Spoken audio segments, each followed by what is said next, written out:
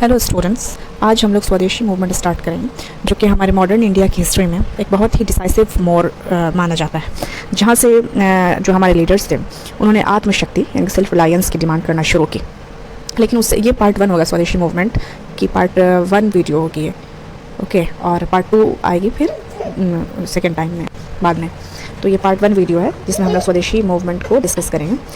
स्वदेशी मूवमेंट शुरू होती है 1905 से 1908 तक चलती है, लेकिन ये 1885 से 1905 तक का जो ये फेज़ था, जो मैंने पिछली वीडियो में बताया था कि इसको हम लोग डिस्कस करेंगे, वो फेज़ था एक मॉडरेट स्टाइल ऑफ पॉलिटिक्स, जिसमें गुड गवर्नेंस की डिमांड थी। जो गोल था उसमें, जो हमारे पॉलिटिशियन थे उनका जो गोल था, मेन गोल था, वो गुड गवर्नेंस था और नॉट इंडिपेंडेंस नहीं था, बस एक गुड गवर्नेंस की डिमांड वो करते थे, जो कि वो भी नहीं मिलता था।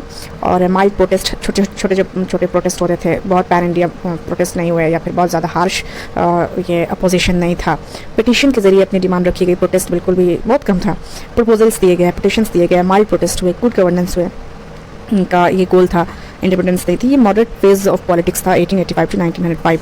तो मॉडरेट स्टाइल ऑफ पॉलिटिक्स जो करते थे जो लीडर्स, उनका नाम है दादा भाई नौरोजी, आनंद मोहन बोस, सुरेंद्रनाथ बनर्जी, पीसी चार्लो, जीके गोखले के बारे में कहा जाता है, मतलब वो है पॉलिटिकल गुरु ऑफ गांधी इनको कहा जाता है। और इन्होंने सर्वेंट्स ऑफ इंडिया सोसाइटी भी लिखा है, servants of India society association, okay.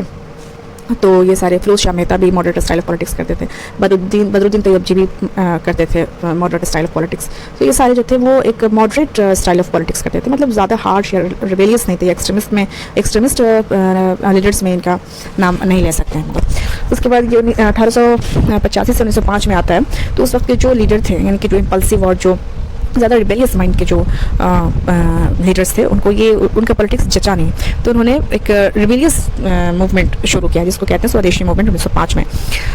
तो एम इसका इस मूवमेंट का ये था कि सेल्फ रिलायंस या आत्मशक्ति जिसको हिंदी में कहते हैं, इसको प्रमोट करना।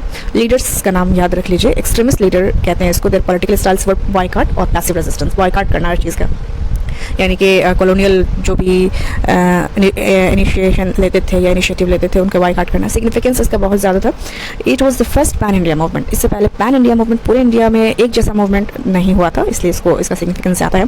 ज्योग्राफिकल रीच ऑफ स्वदेशी मूवमेंट क्या था, तो दिल्ली में हुआ था, जहाँ से जो लीड कर रहे थे वो सैयद हैदर राव, मद्रास से चिदम्बरम पिल्लाई, पंजाब से लाला लाजपत राय और अजीत सिंह।